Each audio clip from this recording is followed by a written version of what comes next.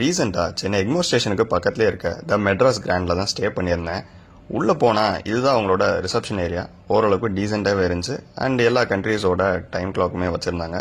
So ஒரு 10 to 15 minutes அங்கே வந்து செக்இன் ப்ராசஸ்க்காக வெயிட் பண்ணியிருந்தேன். அந்த டைமில் அவங்க வந்து வாட்டர்மெலன் ஜூஸ் வந்து வெல்கம் ட்ரிங்காக கொடுத்துருந்தாங்க. நல்லா ரெஃப்ரெஷிங்காக இருந்துச்சுன்னு சொல்லலாம். அடித்த வெயிலுக்கு செம்ம சில்லுன்னு குடிக்கும் போது செம்மையாக இருந்துச்சு.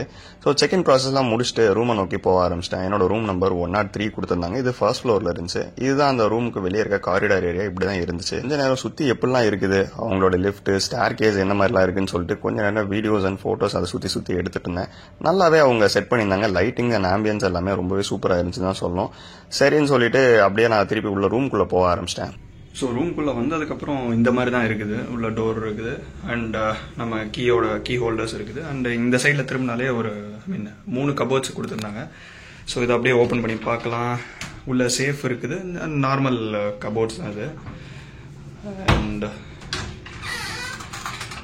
இதுலேயுமே ஹேங்கர்ஸ், ட்ராயர்ஸ் அண்ட் கபோர்ட்ஸ் ஜென்ரலாக நம்ம திங்ஸ் கீப் பண்ணுறதுக்கு எல்லாமே இது கொடுத்துருக்காங்க. ஸோ இதையும் க்ளோஸ் பண்ணிடலாம். அண்ட் இந்த சைடில் வாஷ்ரூம் இருக்குது.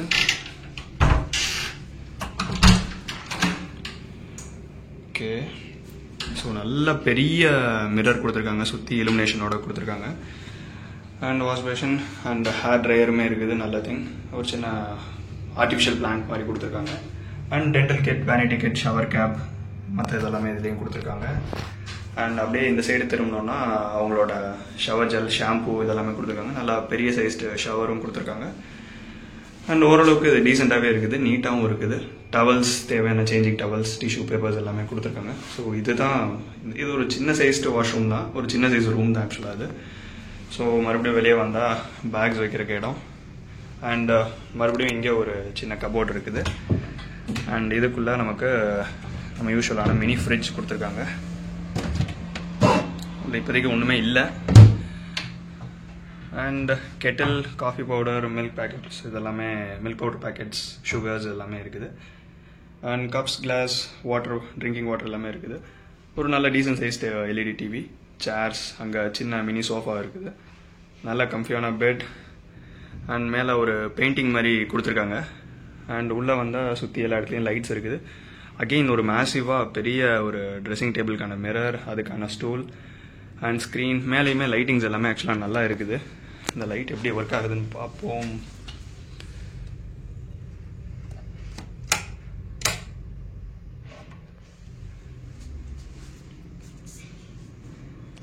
ரூம் கம்ப்ளீட்டாக லைட்ஸ் போட்டதுக்கப்புறம் இந்த மாதிரி தான் இருக்குது.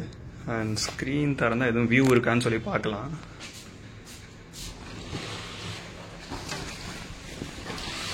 ஓகே, வியூ பெருசாக இல்லை, ஸ்ட்ரீட் வியூ தான் இருக்குது. ஏன்னா இது நடுவு ஒரு தெருக்குள்ளே தான் இருக்குது ஆக்சுவலாக அந்த ஹோட்டல். ஸோ பெரிய லெவலுக்கு வியூ இல்லை. அண்ட் ஓவராலாக இப்படி தான் இருக்குது. ஒரு சின்ன சைஸ்டு ரூம் தான் அது. But at the same time தேவையான அம்யூனிட்டிஸ் அண்ட் ஃபெசிலிட்டிஸ் எல்லாமே இருக்குது ஆக்சுவலாக. இதுதான் அந்த ரூமோட ஓவரால் ரிவ்யூ இப்போதைக்கு.